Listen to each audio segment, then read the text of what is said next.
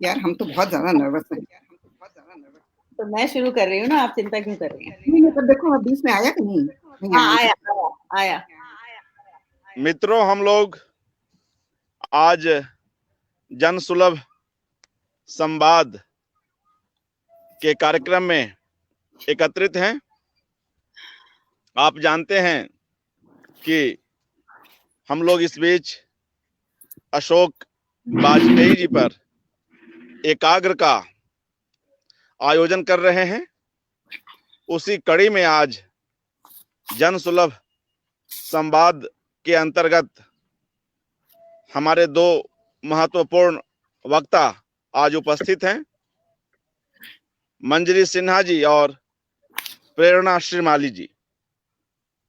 मैं जन सुलभ पुस्तकालय की ओर से आप दोनों का हार्दिक स्वागत करता हूं। नमस्कार। धन्यवाद। और आप दोनों अपनी अपनी विधाओं में सिद्धहस्त हैं। हम जानते हैं मंजरी सिन्हा जी नृत्य और संगीत समीक्षक हैं, कई कलाओं में एक साथ आवाजाही करती हैं और बड़े गुलाम अली खान पर केंद्रित इनकी पुस्तक काफी महत्वपूर्ण है। वहीं दूसरी तरफ प्रेरणा श्रीमाली जी हमारे देश की एक महत्वपूर्ण कथक नृत्यांगना हैं और आजकल उसका प्रशिक्षण भी दे रही हैं। आप संगीत नाटक अकादमी अवार्डी हैं। आप दोनों का पुनः स्वागत। और जैसा कि आप जानते हैं, हमारा यह कार्यक्रम अशोक वाजपेयी लेखक कला भावक पर केंद्रित है। मैं कुछ देर में यह मंच आप दोनों को सौंपते हुए यहां से विदा लूंगा और आज आप दोनों को सुनना, आप दोनों की बतकही के अलग अलग रंग देखना, आत्मीय रंग देखना निश्चय ही मेरे लिए और हमारे सभी दर्शकों श्रोताओं के लिए महत्वपूर्ण होगा। यह बातचीत जैसा कि आप जानते हैं अशोक वाजपेयी जी पर केंद्रित है। समय भी हो ही चुका है, तो मैं यहां से विदा लेते हुए यह मंच आप दोनों के हवाले करता हूं। मुझे ये जानना था कि लाइव हम लोग बने रहेंगे। नहीं, हम कितनी देर तक बात कर सकते हैं, ये हमें थोड़ा सा पता है। 50 मिनट के आसपास रखें। जी, 50 मिनट 45 मिनट के आसपास रखें। लोग अधिक से अधिक आप दोनों को सुनना चाहते हैं और अभी लगभग 13-14 लोग जुड़े हुए हैं। रंजना पोहनकर जी की प्रतिक्रिया भी आ रही है स्वागत की। शुक्रिया रंजना जी। हमारे और भी साथी जुड़े हुए हैं, तो मैं विदा लेते हुए यह मंच आप दोनों के हवाले करता हूं। जी, आप दोनों शुरू करें। जी।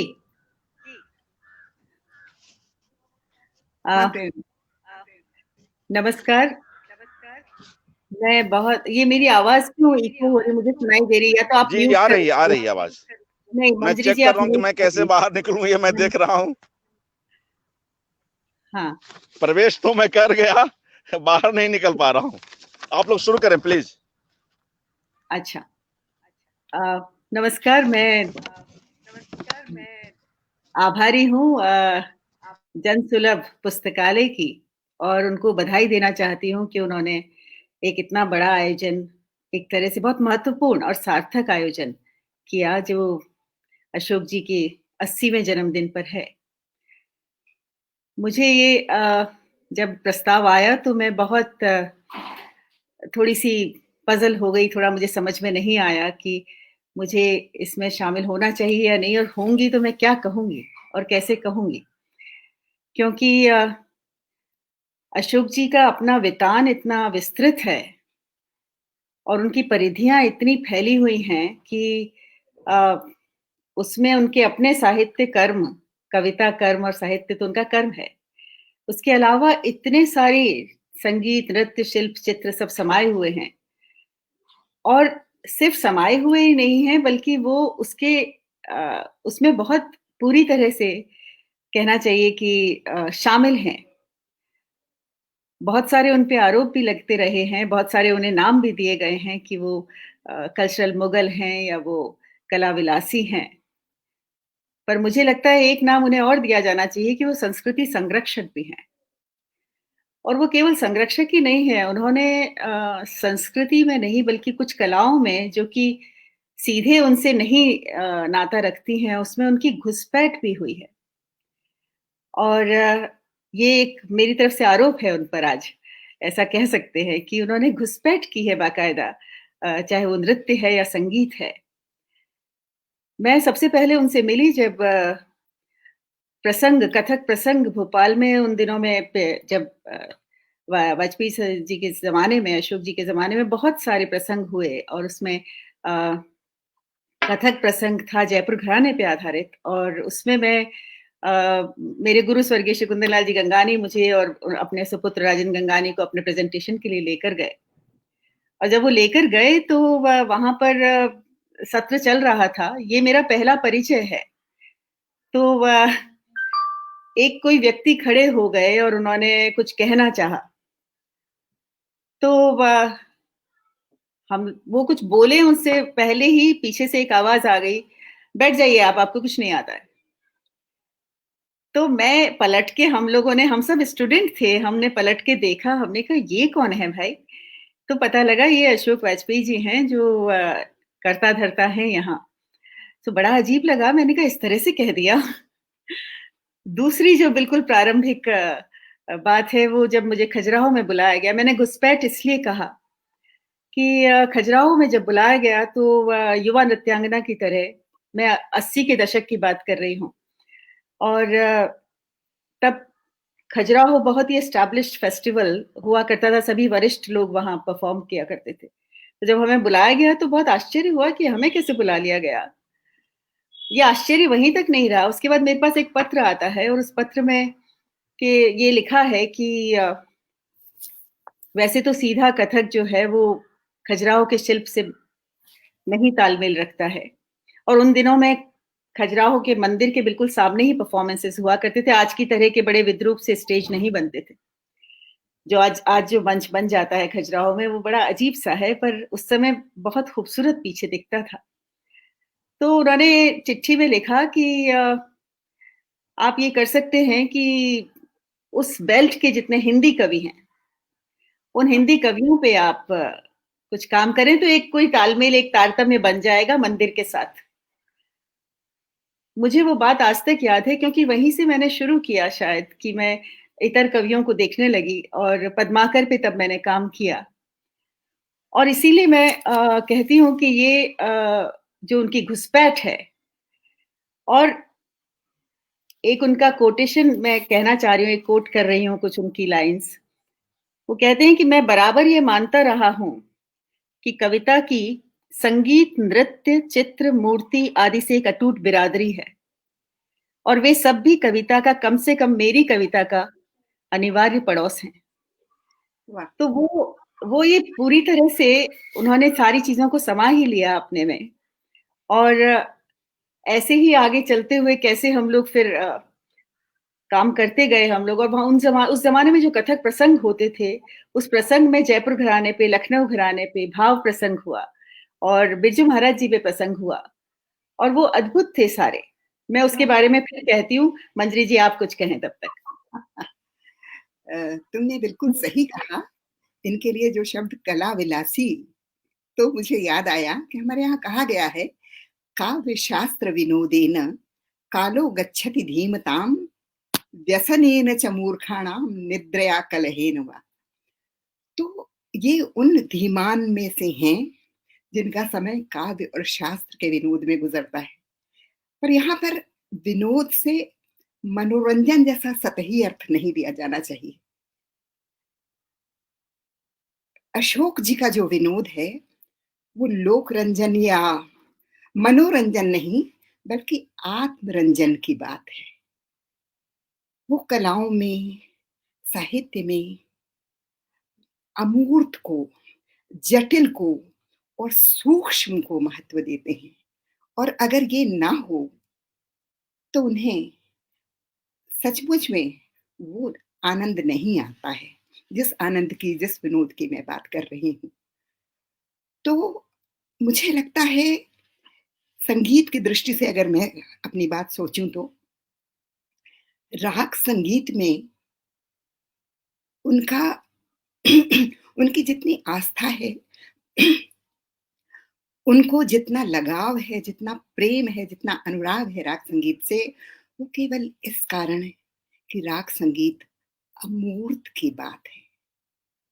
वो मूर्त से अमूर्त की यात्रा है। बंदिश जो है वो राग का मूर्त रूप है और आलाप अमूर्तन की बात है। मुझे याद है ख्याल और ठुमरी छोड़ करके भारत भवन में उन्होंने ध्रुपद को स्थापित करने का प्रयत्न किया था। उसकी लोकप्रियता को, ध्रुपद तो स्थापित है ही, लेकिन वो लोकप्रिय बने, लोगों को मालूम पड़े कि ध्रुपद है क्या, उसका मूर्तन है क्या, उसका आंतरिक सौंदर्य है क्या। इसके लिए पहली बार उन्होंने उस्ताद जिया मोइनुद्दीन डागर और जिया फरीदुद्दीन डागर को आमंत्रित किया और बाकायदा गुरुकुल शैली में जिन विद्यार्थियों को उन्होंने पहली बार वहां पर छात्रवृत्ति दे करके सीखने के लिए बुलाया, वो आज के ध्रुपद के आकाश पर जगमगाते हुए सितारे हैं। हम सब जानते हैं उदय भावलकर जी, गुंदेचा बंधु, ये सब लोग ये पहली पौध थे उस गुरुकुल के। तो ये सोचना कि ध्रुपद जैसी अमूर्त और कठिन और आपसे एक दरकार करने करने वाली, ये केवल मनोरंजन आसानी से नहीं करती है, आपसे एक संवाद बनाना चाहती है। हमारी जो संगीत की, राग संगीत की जो मैं बात कर रही थी, तो वो आपके अंदर के सोए हुए अ, उदात्त तत्व को दीप्त करता है संगीत। और यही हमारी शास्त्रीय कलाओं की सारी की बात है। तो उनका जो इस कलाओं की तरफ झुकाव रहा है, और हुँ। कलाओं ही क्यों, वो जैसा तुमने कहा कि वो अपने परिसर में सबको साथ लेकर के चलते हैं। तुमने बिल्कुल तो ठीक। उनका प्रयोग भी किया है, याद आ रहा है जी, कुछ? जी, जी, मैं अभी बताती हूँ, मैं उसी पे आती थी। मैं हुँ, आपकी बात पे एक बात कहना चाहती हूँ कि हालाँकि जी, वो हमेशा ये कहते रहे हैं और इस बात के हुँ, कहना चाहिए समर्थक रहे हैं कि संस्थाएँ कलाकार नहीं बनाती हैं। हाँ, पर उसके बावजूद जब ध्रुपद केंद्र बनाया गया और हुँ, उसमें क्योंकि वो गुरु शिष्य परंपरा रही और ऐसा वो नहीं सब हुआ कि आप क्वांटिटी में लोगों को इकट्ठा कर लें। आपने चुने हुए कुछ लोगों को लिया और उसके बाद उनके साथ में काम हुआ और आज उसका जो फलित है वो सामने है। हुँ, और ऐसे ही एक बहुत इम्पोर्टेंट जो कहना चाहिए, मैं कंट्रीब्यूशन ही कहूँगी क्योंकि अ, चक्रधर कला केंद्र जब उन्होंने बनाया कथक केंद्र, जब कार्तिक राम जी, गुरु कार्तिक राम जी को वो लेकर आए, उसके पहले हम लोग तो कथक के शिष्य मतलब छात्र थे, पर हमें रायगढ़ के बारे में इतना मालूम नहीं था। आई डोंट थिंक कि किसी को भी मालूम था। हाँ, सब जैसे घराना, लखनऊ घराना, ज़्यादा से ज़्यादा बनारस या जानकी प्रसाद घराना जानते थे। नहीं जयपुर, लखनऊ और बनारस ऐसे ही जानते थे। तो हाँ, वो जो रायगढ़ में किस तरह की ये मालूम था, रेफरेंसेस मालूम थे, हुँ, पर हुँ, ये नहीं मालूम था कि वहाँ की जो प्रक्रिया है, वहाँ का जो सबक है वो इतना डिफरेंट है। बिल्कुल, और पहला जो पौध वहाँ से निकली है गुरु कार्तिक राम जी की, वो आज भी सारे लोग बहुत अच्छा काम कर रहे हैं। जी। सो ये भी बहुत बड़ा कंट्रीब्यूशन है। एक और संगीत में मुझे याद आता है, हुँ, असगरी बाई जो ध्रुपद गाती थी, हुँ, उनको तो वो बिल्कुल सड़क पे पकौड़ा बेचने लगी थी ऐसा हमें पता लगा था। उन्हीं से सुना था और हुँ, उनको किस तरह खींच के वो ले आए, तो मुझे ऐसा हुँ, लगता है कि किसी भी व्यक्ति को क्या ज़रूरत है ये सब करने की? उसकी ये ज़रूरत क्यों है कि वो ये सब करना चाहता है? और तो मुझे ये लग रहा है कि उन्होंने एक जगह कहा है अपना उनकी किताब है पाव भर जीरे में ब्रह्म भोज, अपने आप हुँ। में इसकी दुनिया में इसका ज़िक्र पहले भी हुआ है। तो उसमें उन्होंने एक जगह कहा कि कविता ऐसी लिखनी चाहिए हुँ, कि अलग से कोई भी कविता की पंक्ति ना लगे, पर सब मिलकर अकाट्य रूप से कविता बनाएँ। वाह! मुझे लगता है कि ये एक तरह से उनकी अपने लिए भविष्यवाणी और एक तरह का कहना चाहिए कि मेटाफर हो गया, क्योंकि सारी चीज़ों को एक साथ लेकर और तभी वो चले और उन्होंने हमेशा कहा कि एक कला दूसरी कला के साये में रहती है। तो इसी में हम लोगों ने रीचिंग फॉर ईच अदर किया था। मैं बताती हूँ, तब तक आप कुछ कहें थोड़ा। नहीं, मुझे इस पर याद आया कि जिस ज़माने में वो अध्यक्ष थे ललित कला अकादमी के, हाँ। उस समय उन्होंने कलाओं के आपसी संबंध के ऊपर, अंतर हुँ, संबंध पर इतना बड़ा आयोजन किया था। वो 3 दिन का परिसंवाद आज तक, और कितने क्षेत्रों के लोग थे, केवल संगीत, नृत्य नहीं, हुँ, साहित्य, नाटक, फ़िल्म, हुँ, अ, किस्सा गोई, हर तरह कहीं भी कला की कोई भी छाया थी, उस सबको समेट कर के ले आए थे। और हाँ, वो कलाओं के अंतर संबंध पर वो इतना अ, सार्थक और महत्वपूर्ण वो आयोजन था कि क्या बताएँ। वरना हम सब लोग विष्णु धर्मोत्तर पुराण की कथा याद करते हैं कि वो तो ठीक है, लेकिन उस पुराण के युग से आज तक वो ज्यों का त्यों चला आ रहा है और हुँ, आज भी उतना सच है। हालाँकि अब ये बात दूसरी है कि किसी नृत्य या संगीत के कार्यक्रम में मुश्किल से कोई साहित्यकार या चित्रकार दिखता है और बिल्कुल किसी सही कह रहे हैं आप। कार्यक्रम में मुश्किल से कोई नर्तक या गायक दिखाई देते हैं। ये मैं अब अलग-अलग बँटवारा हो गया है एक तरह से। ये बल्कि सही उन्होंने कहा। कहा था कि उसी भवन में साहित्य अकादमी, ललित कला अकादमी, संगीत नाटक अकादमी है और आपस में कोई किसी तरह कोई का साथी ही नहीं है। कोई गुंजाइश नहीं। आवाजाही है ही नहीं। हुँ, तो हम लोगों ने एक कार्यक्रम किया था रीचिंग फॉर ईच अदर वाह! और याद है। वो वो रज़ा साहब की, सैयद हैदर रज़ा साहब की पेंटिंग्स और अशोक जी की कविताएँ और मेरा नृत्य। वाह! मतलब वो ये बात हम लोगों ने 90s में किया है, 95 में इसे फ्रांस में अविन्यो हुँ, फेस्टिवल में किया गया था। हुँ, और जब ये क्योंकि ये पूरा विचार जो था वो अशोक जी का था हुँ, और मैं आपको उस विचार के कुछ ताने-बाने बताती हूँ, तो वो मुझे लगा कि कतई मतलब क्लिष्ट तो बहुत छोटा शब्द है, हाँ, हाँ, कि वो इस तरह का चीज़ कैसे हो सकती है? वाह! और उन्होंने जब हमारे सामने रखा, हुँ, तो उसमें ऐसा था कि कुछ ऐसा हो जो अब तक नहीं हुआ, हुँ, कोई दोहराव ना आए कहीं, हुँ, पेंटिंग, कविता और नृत्य तीनों साथ हों, पर हुँ, अपनी-अपनी इयत्ता बनाए रखकर। वाह! पेंटिंग सिर्फ बैकड्रॉप ना लगे, हुँ, कविता शब्दशः ना हो हाँ, और नृत्य में हो भी। मतलब कविता हो, शब्दशः ना हो और नृत्य में हो। हम सब तो शब्दशः ही करते रहते हैं, ज़्यादातर उस समय तक।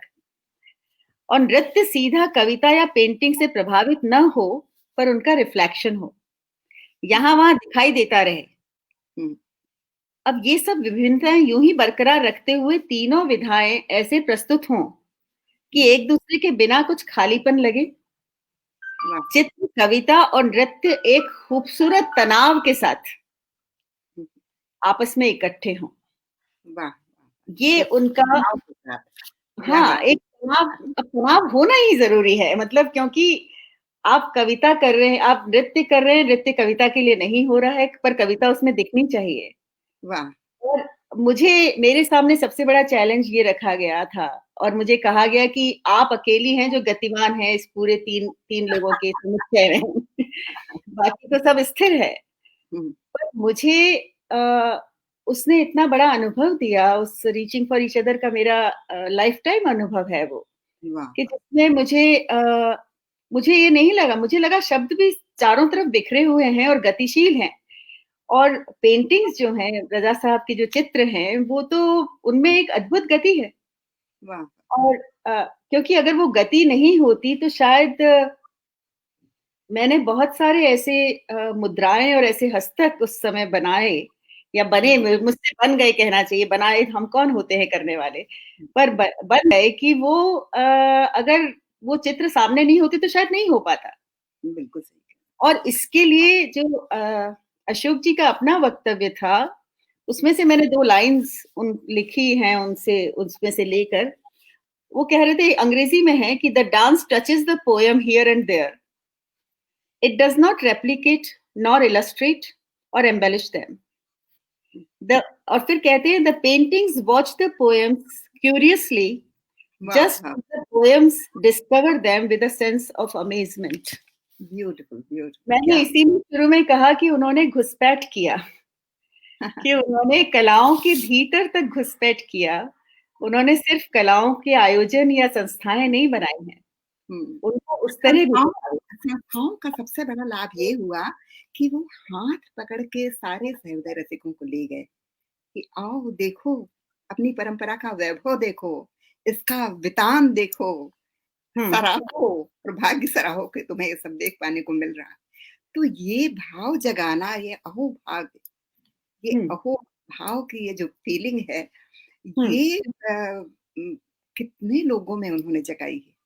सही वो बात है। अकेले उन्होंने सारा रसपान नहीं किया है, बाँट करके सारा रस रंजन किया है। तो ये बहुत बड़ी बात है। वो हुँ, सब कुछ एक बहुलता में विश्वास करते हैं, कि काव्य, शास्त्र और कलाओं का भी बहुलता और हुँ, रसिकों का भी। हर क्षेत्र के लोग उसको आएँ और देखें और सराहें, ये कितनी बड़ी बात है। सबको जी, जोड़ने का काम, ये हाँ। बहुत बड़ी बात है।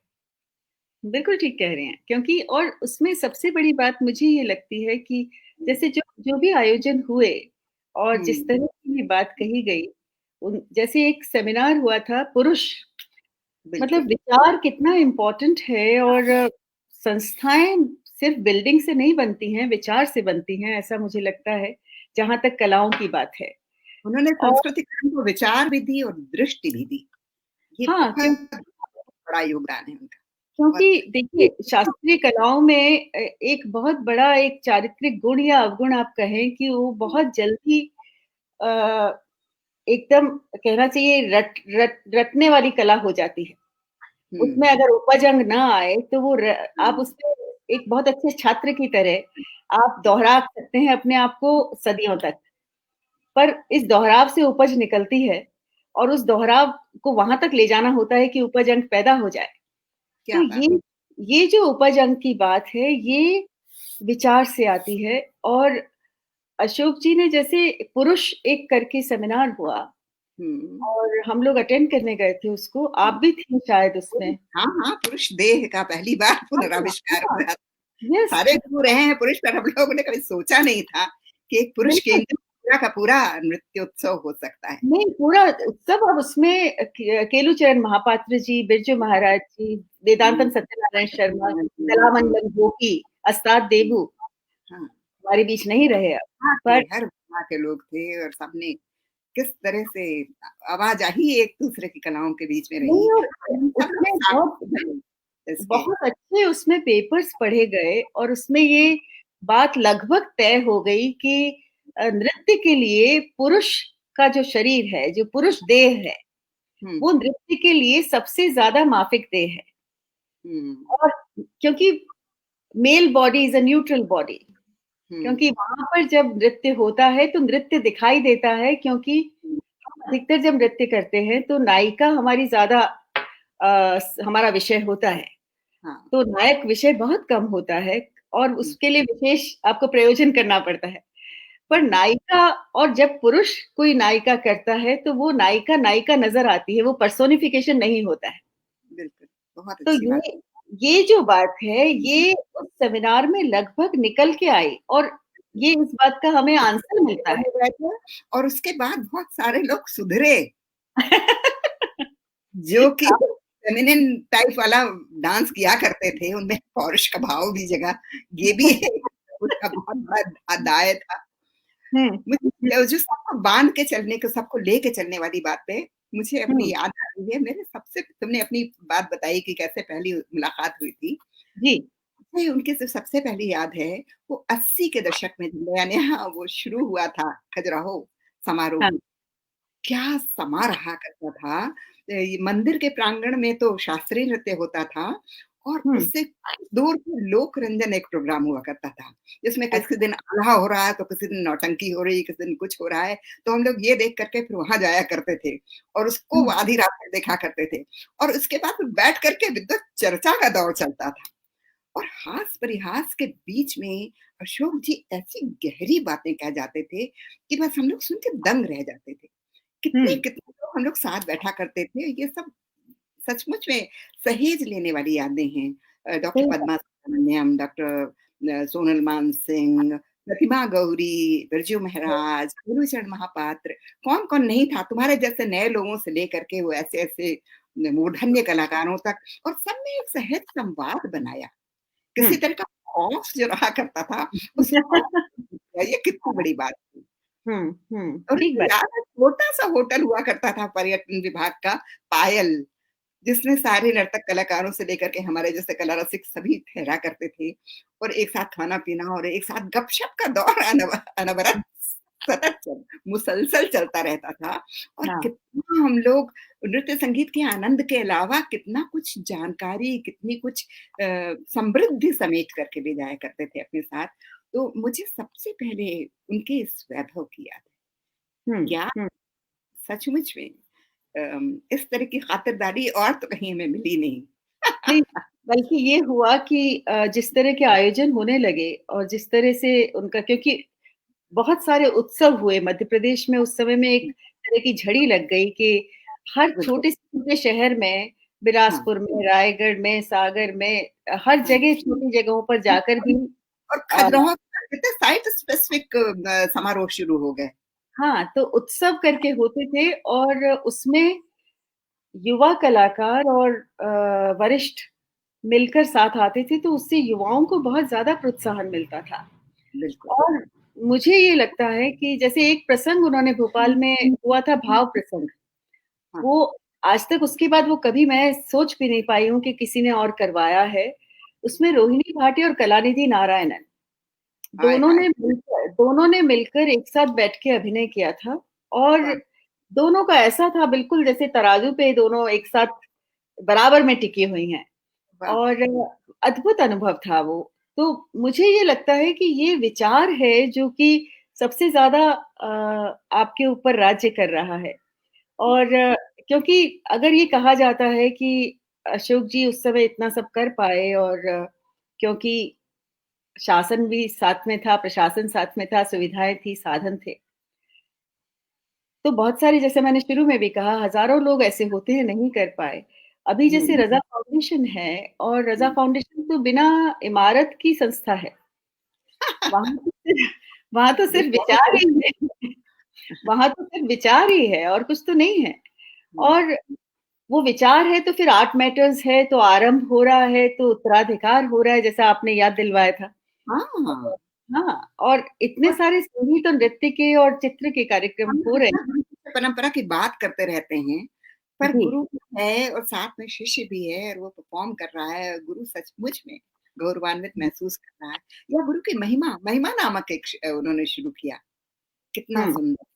हुँ, और ये सब जितने भी इनके आयोजन रहे हैं, सबने एक स्तरीयता का प्रतिमान स्थापित किया, ये भी बहुत बड़ी बात है। हाँ, मतलब वो एक मानदंड बन गया, कर कहना चाहिए कि भई अब प्रोग्राम हो तो उस तरह से होना चाहिए। हाँ, कोई मतलब राह चलता नहीं घुसपैठ कर सकता, बाकायदा सिलेक्शन होता है और तब चुने जाते हैं लोग, हाँ, सिलेक्शन कमेटी सब कुछ, तो ये सब बहुत बड़ी बात है। नहीं, लेकिन और नहीं, नहीं, जी कहिए। नहीं, हुँ, नहीं, हमें कुमार को लेकर के या अ, मल्लिकार्जुन मंसूर को लेकर के बहुत सारे लोगों के साथ उनका इतना अपनापा रहा है। हुँ, तो ये उनके मुँह से इतनी मज़ेदार कहानियाँ सुनी हैं हमने कि क्या बताएँ। और वो सुनाने का आनंद उन्हीं का है, वो तो उस दिन घेरेंगे तो चलो बर्थडे के दिन आएँगे। हुँ, उन्होंने जबकि भारत भवन के उद्घाटन के लिए वो आई थी इंदिरा गांधी जी, जी, तो उनको निश्चित समय दिया गया था और मल्लिकार्जुन मंसूर को बता दिया गया था कि आपको इतने ही मिनट गाना है, उसी में समेट दीजिएगा, उसके बाद भाषण होगा, उसके बाद वो चली जाएँगी, फिर हम लोग गाएँगे। तो उनको बहुत अच्छा लगा और उन्होंने कहा कि हम और सुनेंगे, वो बैठ गईं। तो उनसे हुँ। कहा गया और गाइए तो उन्होंने बता वो गईं। हाँ, ये ब और सुनाते हैं अशोक जी एक किस्सा, यस। तो ये इतने मज़ेदार तरीके से मतलब ये सब बातें उनसे सुनने वाली। एक बार हमने उनसे पूछा कि आप को 16 साल की उम्र में ये चस्का कैसे लगा? हुँ, तो बोले हम भी लता मंगेशकर को, सहगल को सुना करते थे, उसी को संगीत समझा करते थे। एक दिन अचक्के में घुस गए शंकर कृष्णा और शंकर पंडित के शास्त्रीय गायन में। तुमने भी सुना होगा ये बहुत बार।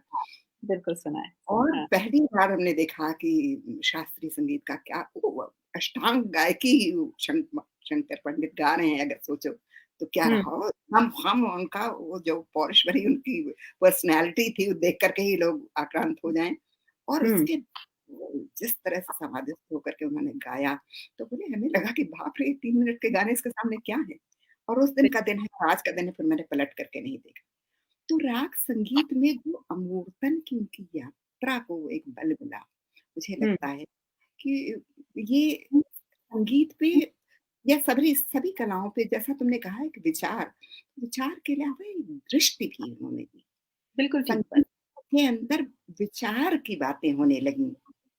हुँ, एक हुँ, ऐन्द्रिय धरातल से अतीन्द्रिय धरातल की यात्रा होने लगी। हमारे सारे नृत्य हैं, संगीत हैं, सब में श्रृंगारिक बंदिशें हैं या श्रृंगारिक उत्कंठाएँ हैं, आवेग हैं, लेकिन वो कहाँ पहुँचाती हैं? हुँ, और उसमें वो बहुत हँसते हैं कि आत्मा और परमात्मा की तुम लोगों ने कहानी गढ़ दी है। भई सीधी ये श्रृंगार, उसको श्रृंगार मानने में क्या हर्ज है? हमारे मंदिरों में देख लो, हमारी पुरानी उसमें ये हमारे ख़्याल से कि अंग्रेज़ों के आने के बाद ये जो एक सैनिटाइज़ेशन का ज़माना आया, जिसमें कि रुक्मिणी देवी ने भरतनाट्यम बनाया सदर को छोड़ कर के, बल्कि हाँ, रुक्मिणी देवी और बाला सरस्वती में हमेशा ये द्वैत बना रहा। वो श्रृंगार की पुजारी थी और ये भक्ति की। लेकिन वो भक्ति और श्रृंगार एक जगह पे जाकर के एक हो जाते हैं और वो फिर आध्यात्म की ऊँचाइयों तक हमें ले जाता है। हमारी शास्त्रीय कलाएँ की पहली बार हुँ, इस तरह के विचार की बात आई सामने। हुँ, हुँ, हुँ। क्योंकि एक एक और उन्होंने किया था जो फिर उसके बाद कभी नहीं हुआ। हुँ। मुझे मैं वही चीज़ें याद कर रही हूँ जो मतलब याद अनोखी मुझे भी बहुत वीणा पर, सारंगी पर, ऐसे-ऐसे सारंगी पर चीज़ों के ऊपर। सो सारंगी पर जो मेला हुआ सारंगी मेले पे बताओ उसके बारे में? हाँ, तो सारंगी मेला जो हुआ तो मैंने तो अपने आप को वहाँ पे इनवाइट करवा लिया। मैंने पूरा देखना चाहती थी और सुनना चाहती थी और सारंगी ऐसा साज़ है जो बहुत करीब है मन के। सो वहाँ मतलब ये इतना अद्भुत दृश्य था कि 100 से अधिक सारंगी नवाज़ बैठे हुए थे और रामनारायण जी, पंडित रामनारायण जी उनको कंडक्ट कर रहे थे और सब एक सुर में बजा रहे थे और वाह! बहुत सुंदर एक भारत भवन में ओपन एयर स्टेज बना था। क्या बात और मुझे नहीं लगता कि उसके बाद ऐसा और उसमें इतने अच्छे पेपर पढ़े गए। अब वो है! ध्रुव ज्योति घोष ने बहुत अच्छे पेपर पढ़े थे, बहुत, जो अब वेरी नहीं गुड, हैं ध्रुव जी। Very good. और भी लोग थे जिन्होंने बहुत अच्छे हुँ, पेपर सारंगी पे पढ़े। हुँ। सो मतलब ये वो साज़ हैं जो मेन स्ट्रीम में बाद में आए हैं, पर उसके बावजूद उनकी इतनी बिल्कुल ज़्यादा मरते हुए अहमियत साँस, ये विलीन होते हुए साँस थे जो उसको फिर उन्होंने फिर से नई गरिमा दी। ये बिल्कुल सही बात है। जी, अब्दुल लतीफ़ खां को उन्होंने कितना महिमामंडित किया। क्या मीठा जी, बजाते थे वो सारंगी। उनको जी। ढूँढ के गाने वाले अशोक जी थे। हम हाँ, लोगों ने हाँ। तो नाम भी नहीं सुना था हुँ, उनका पहले। हुँ, और आज तक हुँ। वैसा उनका जैसा नाम था लतीफ़ खां, वही हाँ, लताफ़त उनको बजाने में थी। वाह! जी। माधुर्य बिल्कुल के जीते जागते बस हुँ, एक वो उनकी खींच दें तो कलेजे के अंदर सारी वो बात उतर जाए। वही जो बिस्मिल्लाह खां के यहाँ बात थी। इन सब कलाकार देखो, मुझे लगता है कि हमारी कलाओं में अ, प्रदर्शन के स्तर तक पहुँचने के लिए या अपने को कलाकार कहला सकने के लिए जो जद्दोजहद करनी पड़ती है, जिस तरह का की साधना करनी पड़ती है, वो इंसान को अंदर ही अंदर बदल हुँ। ये जो मल्लिकार्जुन मंसूर जैसे वीतरागी लोग थे, इनको इतने बड़े-बड़े सम्मान मिले हैं। जब वो तालियाँ बज रही थी तो लोगों ने हमने पूछा कि आपको कैसा लग रहा है? तो जैसे कि पत्रकार लोग पूछते हैं, तो हँस ठहाका लगाया उन्होंने कि अरे! ये तो अभी अशोक के आने के बाद 20 साल की 25 साल की बात है। ज़िंदगी भर तो हमारा नाम अनाउंस होता था और हॉल खाली हो जाता था। लेकिन चूँकि हमको बुलाया गया है, हम गाते थे, और अपने लिए गाते थे। हम जी, तालियों के लिए थोड़ी गाते हैं। तो ठीक ये बात। बात ये बहुत बड़ी बात है। हुँ, बिल्कुल ठीक कह कुमार रही हैं। गंधर्व के साथ बैठ कर के शून्य की बात करना, शून्य हुँ, के हुँ, आकाश की बात करना। हमें मन कर रहा है कि तुमने इतनी बातें उनके शब्दों में सुनाई है। सुनाइए। हमारी परंपरा कितनी लचीली और ग्रहणशील है, इसका एक दिलचस्प प्रमाण कुमार गंधर्व द्वारा लोक संगीत और शास्त्रीय संगीत के बीच स्थापित जीवंत सौहार्द है। हुँ, गहरे अर्थ में यह साधारण जन की सृजनात्मकता का स्वीकार भी है। हुँ, सामान्यतः जब शास्त्रीय संगीत को अभिजात व्यापार मान लिया जाता है और उसे विशिष्टों या भद्रलोक का विलास कहकर लांछित किया गया है, लोक संगीत में उसके उद्गम की खोज और अद्वितीय प्रतिभावानों के बजाय नामहीन सामुदायिकता द्वारा जटिल सृजन की संभावना को सिद्ध करना सच्चा जनतांत्रिक प्रयत्न भी। हुँ, वाह! याद आ रही है उनकी बनाए हुए राग जो थे, हुँ, उन्हीं लोक गीतों से लेकर के उन्होंने कितने हुँ, राग रचे। मंगल दिन आज, मालवती उनका है, हुँ, हुँ, सांस बेला की बहुत सारी बातें हैं। तो हुँ, सुरों का दिगंबरत्व और मौन, हुँ, दरअसल वो सृजन होने के कारण इन अंतर्विरोधों के धनी हैं, जो उसे प्रामाणिक रूप से आधुनिक भी बनाता है। हुँ, उसमें सुरों का दिगंबरत्व और मौन है, तो दूसरी ओर विविध वर्णी सामुदायिकता भी। वाह!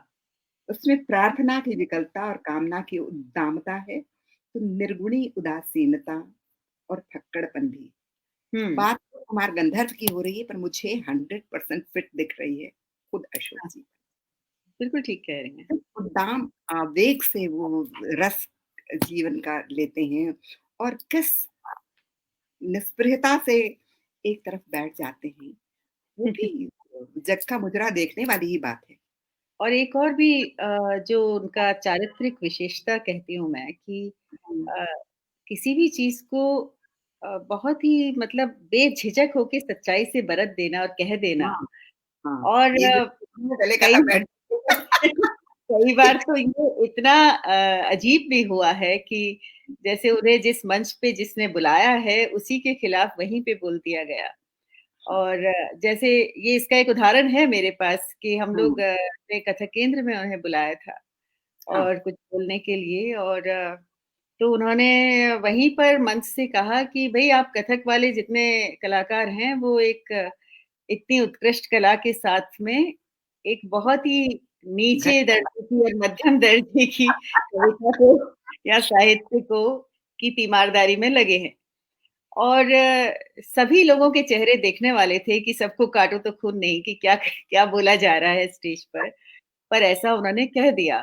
हुँ, और बहुत अर्थ तक बातें गलत भी नहीं हैं क्योंकि साहित्य को लेकर नृत्य में विचार और साहित्य को लेकर बहुत मुश्किल से काम हुआ है। नहीं हुआ ऐसा तो नहीं, बहुत लोगों ने किया है। हुँ, पर अभी भी शब्दशः वाली बात बहुत ज़्यादा है और हुँ, उसमें और क्योंकि जब तक आप विचार नहीं करें जैसे बहुत इंटरेस्टिंग बात मुझे लगती है कि जो एक-दूसरे की छाया, एक-दूसरी कला की छाया एक आप पे पड़ती है।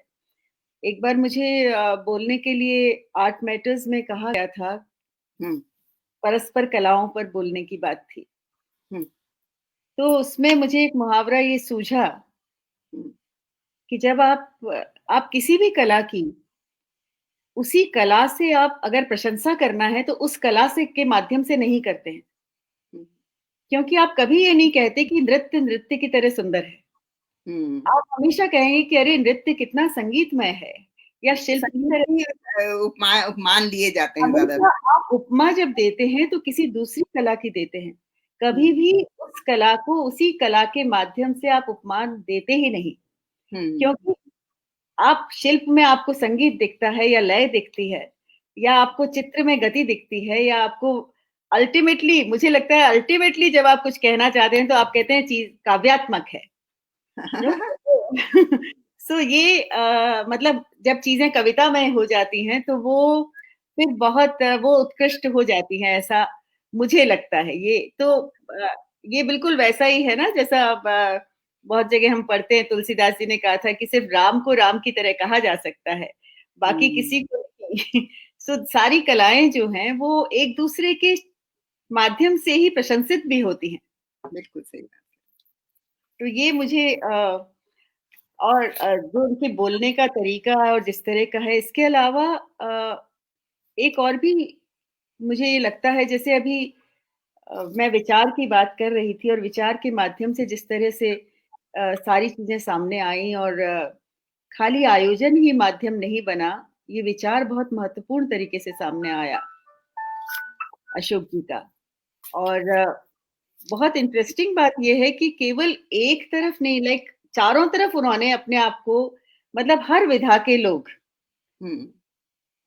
उनकी बात को तरजीह देते हैं और देते आए हैं एक लंबे अरसे से, और अभी आगे भी देते रहेंगे, ऐसा मुझे पक्की तरह मालूम है। यह उनका तर्क संगत वक्तव्य होता है, जो भी उनकी स्थापनाएँ होती हैं, हुँ, उसमें विचार होती है, दृष्टि होती है और तर्क संगत होती है। ऐसा हुँ, नहीं कि हवा में हाँक रहे हैं। तो ठीक जो बात है। शब्द मानते हैं, तो उसके पीछे कारण भी है और जो ठान लेते हैं, वो करके दिखाते भी हैं। ये नहीं कि खाली हवा में बात कर रहे हैं। और एक बात है, वो ये है कि जो मुझे उनका बहुत बड़ी विशेषता जो बहुत कम लोगों में है, मैंने तो नहीं देखी है, कम हुँ, देखी है कि अ, वैचारिक मतभेद भी अगर हैं हुँ, और किसी की कला से और किसी के कर्म से में अगर बात है, तो उसे मंच ज़रूर मिलता है। हुँ, और बिल्कुल। उस मतलब वो जो अशोक जी ने खुद अपने लिए अपने माध्यम से पैदा किए जितने स्पेसेस और मंच पैदा किए, उसमें उन्होंने कभी मेरिट को नहीं छोड़ा। हुँ, मतलब वो मेरिट अगर है और अगर व्यक्ति इस काबिल है, तो वो हो सकता है आपके विचार से आपसे मतभेद रखता हो, हुँ। पर उसके काम से उन्होंने कभी इनकार नहीं किया। ये बहुत उन्हें बड़ी बात अपने मुझे लगती अपने अपने स्तर की भी प्रतिष्ठा का मान रखना होता है ना, है। हाँ, ये सबसे पहली शर्त है। उस बीच में हुँ, दुश्मनी आड़े नहीं आती। हाँ, ठीक आप बात है। हैं काबिल तो आप उसको मंच मिलेगा। हुँ, तो ये दैट्स अपने को अलग रख करके कला के हुँ, लिए सोचना, ये बहुत बड़ी हुँ, बात है। ज़्यादातर तो ये पूरा का पूरा फ्रेटर्निटी इतनी आत्म केंद्रित है, ये हाँ, समस्या हुँ, हुँ। आत्ममुग्ध और आत्म केंद्रित, तो इससे आगे आत्मरति आत्मरति है। हाँ, बिल्कुल। आत्मरति है। जी। संगीत का रसास्वादन करने वाले तो बहुत हैं, हुँ, लेकिन उसमें गंभीरता से विचार करने वाले कम हैं। हुँ, हुँ, लगता है कि गंभीरता से विचार किया है और एक नई दृष्टि दी है करने वालों को भी। वही गायक वादक कितना अच्छा परफ़ॉर्म कर लेते हैं, कितने अच्छे कार्यक्रम देते हैं यहाँ पे।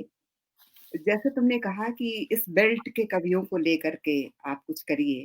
मुझे याद है होली के आस-पास वो हुआ करता था ना ये शिवरात्रि खजुराहो के बाद खजुराहो फेस्टिवल। खजुराहो, हाँ, खजुराहो, हाँ, यस। तो स्वप्न सुंदरी ने वो छछिया बर छाछ पे नाच नचावे। अच्छा। हीर की छोहरिया छछिया। सोचो एक हुँ, दाक्षिणात्य नृत्य की प्रयोगकर्ता वहाँ पे जी, आकर के राजस्थान के कवित्व के ऊपर नाच रही है। तो हुँ, ये बीच की दूरियाँ भी बहुत मिटाई हैं। हुँ, वो हुँ, कला के परिसर को बहुत समृद्ध किया है और बहुत आत्मीय बनाया है। हुँ, यहाँ पे ये नहीं रह गया कि हम कुश्ती वाले हैं और हम भरतनाट्यम वाले हैं और हम कथक वाले हैं। शास्त्रीय नृत्य है तो वो कला है और कला के उपासक सब हैं। बहुत अच्छा। अरे सब तो सब मुझे याद आता है कि ध्रुपद के ऊपर अस्ताद देबू हाँ, खजुराहो के मंच पर, ये जी, शायद पहली बार ऐसा हुआ था हाँ, इस तरह का प्रयोग। इससे पहले तो हुँ, हमने नहीं सुना था, नहीं देखा था।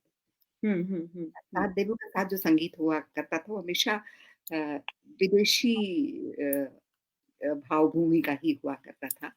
क्योंकि जी, था भी उसका एक्सपेरिमेंटल या समसामयिक कंटेम्परेरी डांस। हुँ, हुँ, लेकिन हुँ, क्योंकि वो अपनी परंपराओं से जुड़ा हुआ उसका उत्स उसका भारतीय था। हुँ, it was Indian contemporary dance इसलिए उसको ध्रुपद के आलाप के साथ क्या संयम उस देह के अंदर दिखा था। हुँ, जिस तरह से गुंदेचा बंधु गा रहे थे वो रिहर्सल के बस की बात नहीं थी। वो तो हुँ, स्वतः सिद्ध थी। हमारी कलाओं का ये बहुत बड़ा वरदान है। ये सद्य स्फूर्त कलाएँ हैं। वहीं के जी, वहीं उपजती हैं और अशोक वाजपेयी जैसा हृदय रसिक अगर हो, तो कलाकार अपना सर्वश्रेष्ठ देने को उद्यत होता है, उत्प्रेरित बिल होता है। ये बिल्कुल सही कह रही बिल्कुल सही सही से कह आप रही आप भले ही शास्त्र के जानकार ना हों, लेकिन उसकी कला ने आपका मर्म छुआ है, तो उसकी छुअन कलाकार तक सहज संप्रेषित होती है हम्म। और वो पूरे जोशो खरोश से फिर गाने पे अंदर पे आमादा होता है और उत्कृष्ट से उत्कृष्ट स्तर देने की प्रयास करता है। ये मुझे लगा है कि और सर्वश्रेष्ठ कलाकारों से निकलवा पाने का कौशल है उनके पास। नहीं, सहृदय तो और भी एक बात वो ये है कि शास्त्रीयता के इतने बड़े पक्षधर हैं कि आज हाँ, जितनी चीजें डाइल्यूट हो रही हैं इस समय वर्तमान में, जो हमारा पूरा हुँ, नृत्य और संगीत का वातावरण है, उसमें बहुत ज्यादा फिल्म का असर, हाँ, मैं कहूँगी नृत्य में तो बहुत है। हाँ, सो ऐसे समय में बहुत ज़रूरत है कि शास्त्रीयता को लेकर हम किस तरह खड़े रहें अपने पैर जमा कर। हुँ, तो ऐसे ही कुछ पिलर्स हैं हमारे सामने जिनके सहारे आप खड़े हो सकते हैं, कि जो ये हुँ। कह सकते हैं कि हाँ, आप जो कर रहे हैं वो ठीक है, उसी पे लगे रहिए। हमारे क्योंकि बच्चे विदेश में रहते हैं, तो वहाँ पे बॉलीवुड एक डांस की स्टाइल हो गई। जैसे भरतनाट्यम सीखा जाता है, कथक सीखा बिल्कुल सही जाता है। है, वैसे वो बॉलीवुड डांसें सीखी जाती है वहाँ। मंजरी जी, हमको वो अच्छा यहाँ पर लगता है। भी है, वो यहाँ पर भी है और यहाँ पर लोग सीखने के लिए आपको अप्रोच करते हैं और कहते हैं कि हमें बॉलीवुड सीखना है। वो बताइए। एक स्टाइल बन गया है और अनफॉर्च्युनेटली हमारे बड़े बुजुर्ग गुरुओं ने भी उसको तरजीह दे दी है और मंच पर होने लगा है, इसलिए इसके ये थोड़ी चिंताजनक बात है। जी पर हाँ। मुझे लगता है अब हमारा समय थोड़ा समाप्त होने वाला है और आप कुछ तो और मैंने कहना, बात जहाँ से शुरू की थी, उसी के साथ मैं उन्हें आशीष देना चाहती हूँ आप कि वो कहिए इसी फिर मैं तरह कहूँगी। काव्य शास्त्र का विनोद लेते रहें और हम सबको भी अपनी सोहबत में रहने का इसी तरह हुँ, से सुअवसर प्रदान करते रहें। हुँ, उनके लिए हृदय से शुभाशंसा है। उनके सहस्र चंद्र दर्शन के अवसर पे हमारी सारी शुभकामना उनके अच्छे स्वास्थ्य के लिए, उनके कृतित्व के लिए, उनकी सर्जनात्मकता यूँ ही उफनती रहे और वो एक से अच्छी चीज़ें करते रहें और हम लोग यूँ ही आनंद लेते रहें। मैं भी उनको अपनी तरफ से बहुत शुभकामना देना चाहती हूँ कि 80 वर्ष पूर्ण हों, आप दीर्घायु हों और रचनात्मक रहें और आप ही के शब्दों में 2 बातें उनकी मैं उन्हीं के शब्दों में कह रही हूँ। एक तो उन्होंने कहा कि समय कम है पर कविता पर अनंत हावी है और दूसरी बात जिससे मैं समाप्त करना चाहती हूँ, मेरा समय अगर वह किसी भी अर्थ में है, तो इतिहास और अनंत के बीच कहीं है। सो आप उसी में लगे रहें और रचनात्मक रहें। आपको ढेर सारी शुभकामनाएँ और नमस्कार। उन्होंने ये भी तो दिया है कि आज के युग में इस आपाधापी में कला ही वो ऐसा ठौर है जो हमें वो समय देती है, जो हमें समय से पार जाने का के लायक बनाती है और ठीक हम बात। कुछ क्षण सुकून के पा पाते हैं। तो आप इसी सुकून में जिएँ और खूब अच्छा काम करते रहें इसी तरह से। तुम जियो हज़ार बरस, हर एक दिन साल साल के के दिन। दिन को 50,000 ठीक है, नमस्कार। मंजरी अच्छा, जी? और भैया हम लोग चलते-चलाते अर्पण जी को तो धन्यवाद दे दिया जाए। हाँ, बिल्कुल, जनसुलभ पुस्तकालय को मैंने शुरू में कहा कि उन्होंने ये हाँ, आयोजन बहुत सार्थक ये किया और ये भी हुआ और हम इस बात को मान गए कि ये एकल प्रदर्शनों की श्रृंखला में एक युगल प्रस्तुति भी संभव हो पाई। हुँ, सही बात है, जिसपे वो बहुत हिचक भी रहे थे, अर्पित जी। एक-दूसरे के पूरक हैं। हम दोनों एक-दूसरे को पूरा बनाते हैं। दीजिए आप ही आपका प्रशस्ति गान हो रहा था और आप प्रकट हो गए। जी, जी, जी, बहुत सारगर्भित चर्चा रही, बहुत महत्वपूर्ण चर्चा रही। आप दोनों का हार्दिक धन्यवाद, आभार। और कल अशोक वाजपेयी जी का जन्मदिन है। उस जी, अवसर पर भी हम सब जुड़ेंगे। प्रेम शंकर शुक्ल जी का व्याख्यान है और स्वयं उनका वक्तव्य और कविता पाठ है। और आज शाम में भी अभी 2 वक्तव्य और हैं, जी, तो जी। आप लोग बने रहें। एक हार्दिक वक्तव्य धन्यवाद। जी, जी। चलिए, आज प्रणाम। 2 है, कल जी, जी, बिल्कुल। जी, तो जी, फिर हम लोग जुड़े रहेंगे, बातचीत करते हैं। बहुत ज़रूर। बहुत धन्यवाद, शुक्रिया, नमस्कार, शुक्रिया। नमस्कार, नमस्कार। नमस्कार।